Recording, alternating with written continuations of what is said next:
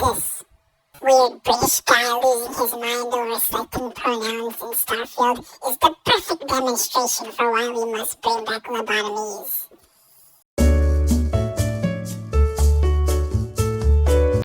And his whole kiosk was ransacked. All the chips were broken and pulled apart. Things were taken off of it.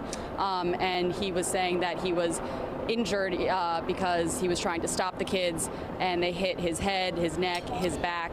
The gentleman is in his 60s. He was talking to EMTs that were there and talking to the police that were there, giving them a report of what happened. But a totally just innocent victim in all this, that he was just doing his job, going about his day, and his business got ransacked there. But from where we are here, it does that the officer of circumventing them in that sense. And from my perspective, that's. I fucking despise local media, dude. There you go. There is no better representation of how dog water local media is, and how much they exacerbate like narratives that you see on Fox News.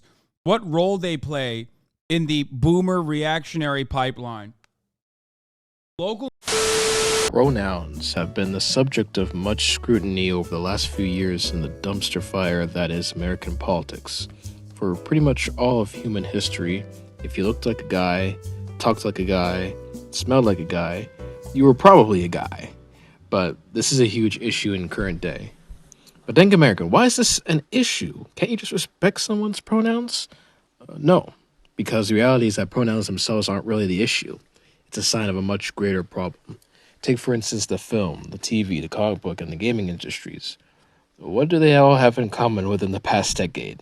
There's a huge rise in activism from radical actors and groups on the left to insert what they want into popular franchises.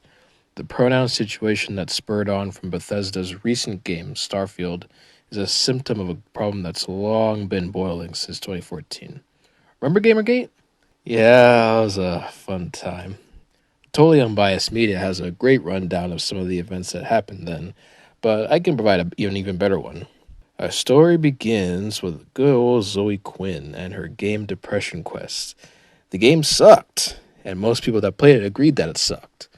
But for some reason, many critics and game journalists were praising this game all around. And it turns out she was having relations of the very, very romantic kind with one of these game journalists. And even more than that, she was having these relations with 4 other guys who were game developers while she was dating her boyfriend. She belongs to the streets. Now, naturally, gamers called this unethical journalism and corruption out. But what did the media do? What did the media do? Can you guess? Like I said, totally unbiased. The media managed to turn a problem that they caused and flip it into one that the gamers caused, because of how horrible these gamers apparently were. Everything is sexist, everything is racist, everything is homophobic, and you have to point it all out. Radical activists like Anita Sarkeesian then crept in as the solution, ushering in all sorts of diversity and inclusion to shun those bad gamers. And it's continued to get only worse and worse and worse, and that's the end of the story. Wait. The video isn't done yet. So now that we have the backdrop for why the gaming industry and gaming media is in the state it's in right now, it's pretty clear why pronouns are not just whatever. But wait, there's more. A YouTuber by the name of heelvsbabyface made a rant that went viral. I'll link the full rant below if you haven't seen it. While the rant started from the pronouns, it quickly expanded into his frustrations with the overall state of the gaming industry.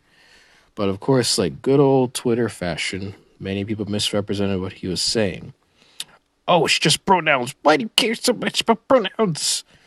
The usual suspects like Hassan came out with their surface level 20 IQ takes, but I was also surprised to see the Ackman jump in and do the same thing, particularly because Ackman has been a strong critic of the state of the gaming industry. His catalog runs deep with videos utterly laying waste to the garbage that is any Call of Duty or Halo that's come out after 2019. Eviscerating the clown show that is Overwatch 2, slamming the hammer down on Diablo 4, and rightfully calling out developers who are oh so afraid that those darn gamers might have higher expectations for new AAA games, after Baldur's Gate 3.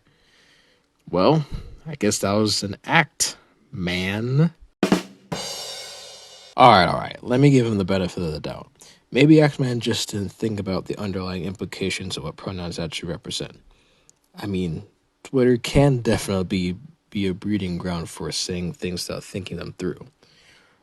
But even so, it's still really strange to me that a guy like Axeman could make such an off-the-mark comment. A little while after the rant that heelvsbabyface did, he further explained himself by doing a segment on ESG, environmental social governance, which is another core issue why pronouns are no small deal. Multi-trillion, yes trillion, dollar investment firms such as BlackRock and Vanguard push ESG scores, which incentivize gaming companies to chase that forced diversity and inclusion bag. If you need any more reasons to hate EA, BlackRock is its largest shareholder. Vanguard is the largest shareholder of Activision Blizzard. But wait, Dank American, they might get sold off to Microsoft. Well, don't you worry about that, because Vanguard is also the largest shareholder of Microsoft, which owns 343 Industries, Bethesda, Mojang, you name it. So, all that to say, yes, pronouns are an issue, and it is worse than you think.